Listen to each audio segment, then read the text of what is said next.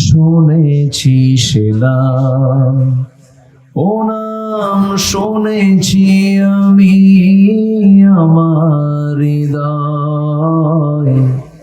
হে রাসূল নবীজি তোমায়, হে রাসূল নবীজি তোমায়। সবাই বলি সাল্লাল্লাহু আলাইহি ওয়াসাল্লাম।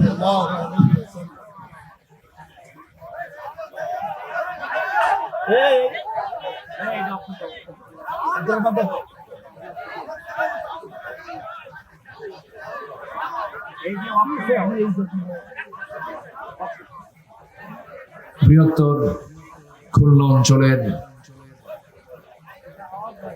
ইসলামী আন্দোলনের অন্যতম সূতিকাগার, ইসলামের দুর্গ সাতক্ষীরার তালা উপজেলার ইসলাম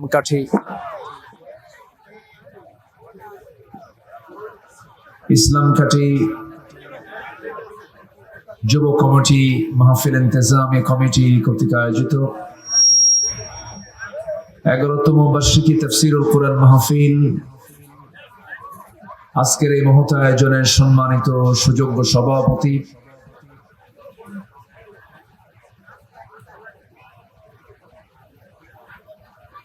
জনাব ইসলাম কাঠি সাব রেজিস্ট্রি অফিসের সম্মানিত জামে মসজিদের সম্মানিত সভাপতি সাব রেজিস্ট্রার ইসলাম দরদি ব্যক্তিত্ব জনাব মাহমুদুর রহমান,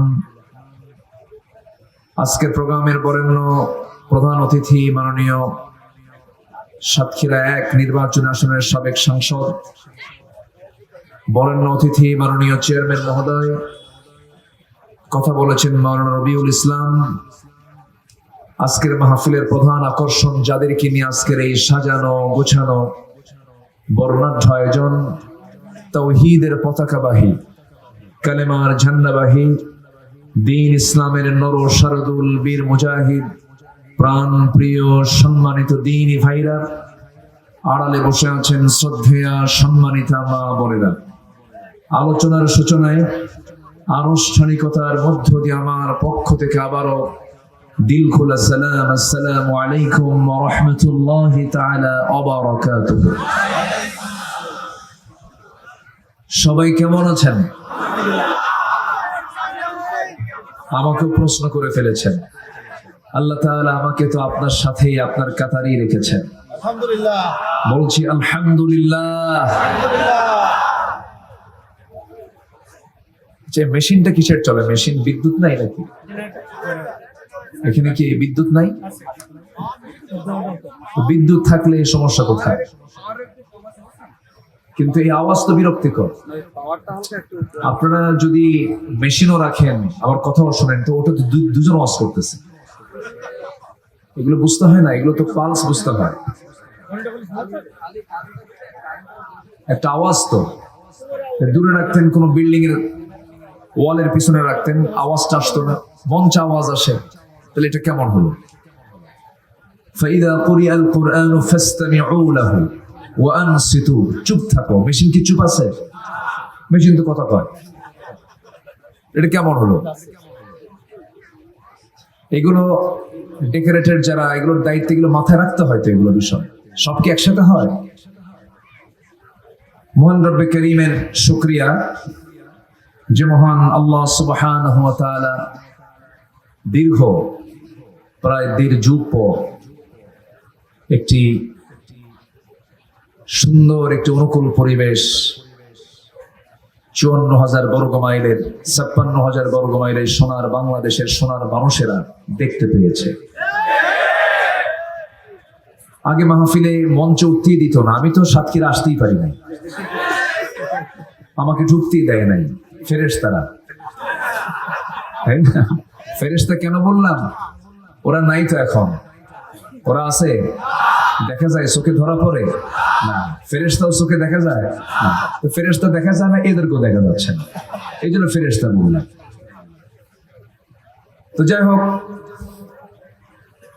ওরা ভেবেছিল যে আমাদেরকে দেখবে কে, আমাদেরকে ধরবে কে? আমাদের ধরার কেউ নাই, আমাদের রুখবে কে? কিন্তু সবার উপরে একজন আছেন, তিনি কে? আসতে বলবেন না, তিনি কে? এটা কি বাস্তবে আমরা প্র্যাকটিক্যাল দেখলাম না? দেখেছি কিনা বলেন? যদি ওই ছেলেগুলো পালাতো, বলেন আজকেই মাহফিল হতো? ওই ছেলেগুলো ওই জীবন দেওয়া সন্তানগুলোর সিনার ভিতরে সেই শক্তি, সেই সাহস জুগিয়েছেন একমাত্র আমার আল্লাহ তাআলা। আল্লাহ রাব্বুল আলামিন বলেন, ইল্লা তানফিরু ইউআযিবকুম আযাবান আলীমান ওয়া ইস্তাবদিল কওমান গায়রাকুম ওয়া লা তাদুররুহু শাইআ। তোমরা যদি পলাতে, তাহলে ওই জালিম শক্তি আবার চাপিয়ে বসতো, তাদের কোনো ক্ষতি তোমরা করতে পারতে না। কিন্তু আল্লাহ রাব্বুল আলামিন ওই সিনাগুলোর ভিতরে ভয় দূর করে দিয়েছেন। ছোট্ট ছোট্ট 7 বছর 8 বছরের বাচ্চাগুলো গিয়ে পুলিশকে ঘুষি মারে, ঠিক কিনা? এই শক্তি সাহস আল্লাহ বান্দার সিনার মধ্যে তৈরি করে দিয়া বাতিলকে উৎখাত করে দিয়েছেন। সম্পূর্ণ অবদান কারণ নয়, সম্পূর্ণ অবদান কার? আমার ভাইয়েরা, এই জন্য কখনো আল্লাহকে ভুলে যাওয়া যাবে না। আল্লাহকে সবচেয়ে বড় সাহায্যকারী যে বান্দা মনে করবে, তার বিজয়টা নিশ্চিত। আল্লাহ রাব্বুল আলামিন সুন্দর করে তো বলে দিয়েছেন, আলা ইন্না হিজবাল্লাহি হুমুল গালিবুন। সাবধান, আল্লাহর দলরাই বিজয়ী হয়ে যাবে। কার দলের বিজয় হবে? আল্লাহর দলের বিজয় হবে। আমার বন্ধুগণ, আমরা দুনিয়াতে কেউ বাঁচতে আসি নাই, সব মরে যাব। প্রধানমন্ত্রীর ভিতরে যে হার্ট আছে, কয়টা হার্ট? একটাই হার্ট। আমার আপনার মধ্যে কয়টা হার্ট? একটা হার্ট। এরপরে আমার আপনার চোখ কয়টা বলেন? মন্ত্রী চোখ কয়টা বলেন? মৌলিক চাহিদাগুলো একরকম করেছেন না ভিন্ন রকম করেছেন? একরকম করে দিয়েছেন। আমি যে অক্সিজেন নাকে নেই, প্রেসিডেন্টও সেই অক্সিজেন নাকে নেন। সব কিছু সমান সমান করেছেন। বাহ্যিক কিছু একটু আমাদের দেখতে মনে হয় তিনি বুঝি খুব আরামে আছেন না। সবার যত এসেনশিয়াল বিষয়গুলো সব সমান করে দিয়ে বলছেন, বান্দা আমার কাছে ফিরে আসতে হবে। আমি তোকে এই দুনিয়াতে যে লক্ষ্যে পাঠিয়েছে সেই লক্ষ্য তুই পূরণ কর। সময় কিন্তু চলে যাচ্ছে। পৃথিবীতে সবচেয়ে মূল্যবান জিনিস হলো সময়। মূল্যবান জিনিস কি? সময়। এই যে বসে আছেন, এইরকম মূল্যবান সময়গুলো সব কাজে আমরা ব্যয় করব। এই যে বসে আছি আমরা, এটা কত কাজে আসবে একদিন চিন্তা করা যায়? অথচ আমরা সময়গুলো হেলায় ফেলায় নষ্ট করে ফেলি। আল্লাহ রাব্বুল আলামিন বলেন, হুয়াল্লাযী খালাকাল মাউতা ওয়াল হায়াতা লিয়াবলুয়াকুম আইয়ুকুম আহসানু আমালান ওয়া হুয়াল আজিজুল গফুর। তিনি সেই মহান প্রভু যিনি মৃত্যু জীবন সৃষ্টি করেছেন। এই টাইমটা দিয়েছেন যেন তিনি বুঝে নিতে পারেন তোমাদের মধ্যে কোন কোন বান্দাগুলো ভালো আমল করে যেতে পারে। নেক আমলের চ্যালেঞ্জ আমাদের। খারাপ কোনো কাজের দিকে যাওয়া যাবে না। ইমানদার বান্দার লক্ষণ হলো সারা দিনে হঠাৎ করে 2-1টা ভুল হতে পারে, সঙ্গে সঙ্গে চোখের পানি ফেলে কেঁদে নেবে কার কাছে? আল্লাহর কাছে। ভালো বান্দার বৈশিষ্ট্য। কিন্তু খারাপের ঠেলায় ভালো খুঁজেই পাওয়া যায় না। খারাপের ঠেলায় ভালো খুঁজেই পাওয়া যায় না। ইসলামী সমাজের বৈশিষ্ট্য হলো সমাজের মধ্যে ভালো কাজের পরিমাণটা বেশি থাকবে, মন্দ কাজ খুব কম থাকবে। এগুলো বন্ধ করার জন্য তারা সচেষ্ট থাকবে। আর ইসলামী সমাজের বৈশিষ্ট্য হলো খারাপ কাজগুলো বেশি থাকবে, খারাপ কাজগুলো বেশি থাকবে, ভালো কাজগুলো চোখেই পড়বে না। আমার বন্ধুগণ, বুকটা ফেটে যায়। আমরা যে দেশের নাগরিক, 1971 সালে দেশ স্বাধীন হলো। আজকে 2025 সাল, টানা 53-54 বছর চলে গেল। আজকে ফলাফল কি? দেশে কত সরকার আসলো গেল, দেখলাম সব ফলাফল হলো আমার আপনার সন্তানরা 60 থেকে 70 লক্ষ সন্তানরা মাদকাসক্ত। কি ফলাফল? আজকে গোটা দেশের 20 কোটি মুসলমানের বসবাস যে বাংলাদেশে, ওই সুন্দরবন থেকে বান্দরবান, টেকনাফ থেকে তেতুলিয়া, রূপসা থেকে পাথরিয়া, ওই পঞ্চগড় থেকে কক্সবাজার পর্যন্ত এই সুন্দর সোনার বাংলাদেশের যেখানে 20 কোটি মুসলমান, কিন্তু মসজিদে নামাজ পড়ে মাত্র নামাজি মুসলমান মাত্র 5%। হতাশার দিকে এগুলো কি করেছে তারা? তাহলে ধর্ম মন্ত্রণালয় ছিল, শিক্ষা মন্ত্রণালয় ছিল, যুব মন্ত্রণালয় ছিল, এতগুলো মন্ত্রণালয় তারা দায়িত্ব পালন করলেন।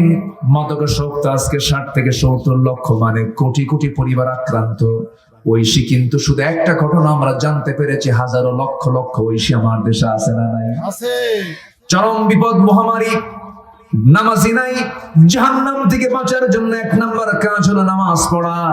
আজকে কত নেতা গেল, কত সরকার গেল আসলো, অথচ মুসলমানের দেশ বাংলাদেশে আজ পর্যন্ত নামাজের সরকার কেউ কায়েম করতে পারে নাই। সব সরকার দেখা শেষ। আগামী সরকার আমরা দেখতে চাই নামাজের সরকার, সালাতের সরকার। রাজি আছেন কারা কারা? হাত উঁচু করে দেখা।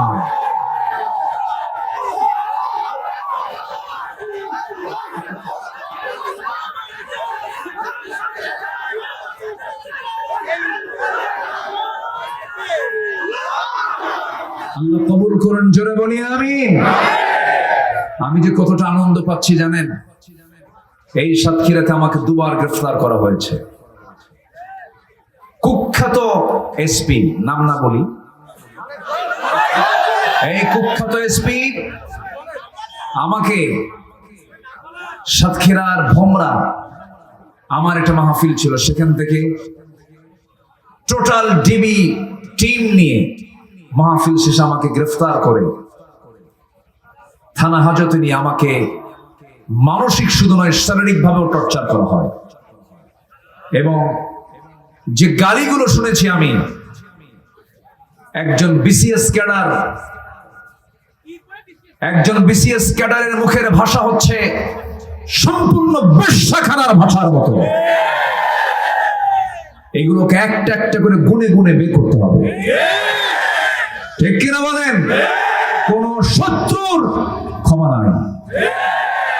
আলেম, এদেশের কিংবদন্তি আল্লামা সাইদিকে 2 মাস ধরে রিমান্ডে নিয়ে হিন্দু পুলিশ দিয়ে তার গালে থাপ্পড় পর্যন্ত মারা হয়েছে।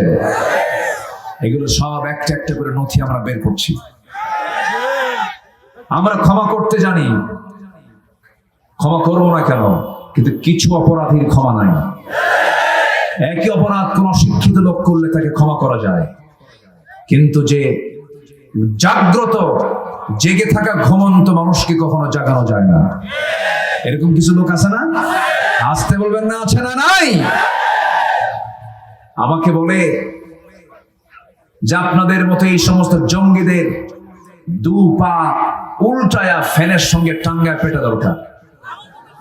এই সমস্ত বক্তব্যগুলো তারা আমাদের কানে শুনিয়েছে। এটা শুধু সবচেয়ে দুর্বল যেটা, এর আগে তো আরো বহু কিছু আছে। এই সমস্ত ভাষা হচ্ছে এদেশের বিগত 16 বছরের প্রশাসকদের ভাষা। যারা অ্যাডমিনিস্ট্রেশন চালিয়েছেন তাদের মুখের ভাষা হচ্ছে এই ভাষা। সম্মানিত ভাইয়েরা, সম্মানিত বন্ধুগণ,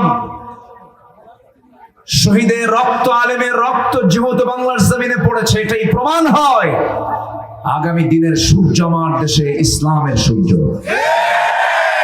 আপনাদের বিশ্বাস হয় না? আমার বিশ্বাস 16 আনা হয়। আমার বিশ্বাস 16 আনা হয়। জোরে বলে ইনশাআল্লাহ। মাহফিল বন্ধ ছিল 18 বছর। চট্টগ্রামের এই দেশের সবচেয়ে বড় মাহফিল, যেটা আমাদের কলিজা, আমাদের নয়নের মণি আল্লামা শহীদ দেলোয়ার হোসেন সঈদ রাহিমাহুল্লাহর হাতে গড়া চট্টগ্রামের সেই রজব আলী প্যারেড ময়দানের মাহফিল 18 বছর বন্ধ রেখেছিল ওরা। এবছর শুরু হয়েছে। আল্লাহ পাক এই নগণ্য গোলামকে দিয়ে এই মাহফিল এবছর শুরু করেছে। এই মাহফিলগুলো ওরা বন্ধ রেখেছিল। সিলেটের আঞ্জুমানে খিদমতে কোরআনের মাহফিল ওরা বন্ধ রেখেছিল। আল্লাহ পাক আমাকে সেই মাহফিলও এবার সেই মঞ্চে সেই ময়দানে কথা বলার সুযোগ আল্লাহ পাক আমাকে করে দিয়েছিলেন। পাবনার দারুল আমান ট্রাস্ট, শহীদ নিজামী এবং মাওলানা শহীদ আব্দুস সোবহান সাহেবের সেই স্মৃতি বিজড়িত দারুল আমান ট্রাস্ট 2010 সালে আল্লামা সাঈদীর শেষ মাহফিল ছিল। 30 জুন গ্রেফতারের পর 2011, 12, 13, 14 এই 4 বছর 3 দিন করে 12 দিন সেই মাহফিল আমি করেছিলাম। এরপর 14 থেকে নিয়ে 15 থেকে নিয়ে এই 24 পর্যন্ত 25-এ করেছি।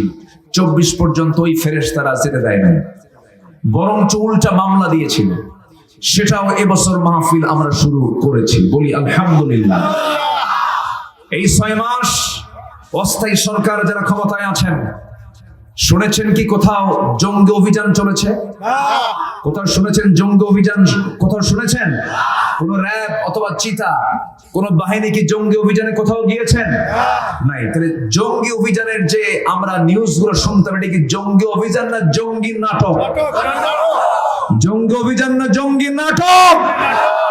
এই নাটক আর 6 মাস দেখি না, কারণ নাটক দেখবো কেমনে? নাটকের যিনি প্রডিউসার প্রযোজক তিনি এখন নাই, দিল্লি গিয়ে বসে আছে, ঠিক কিনা?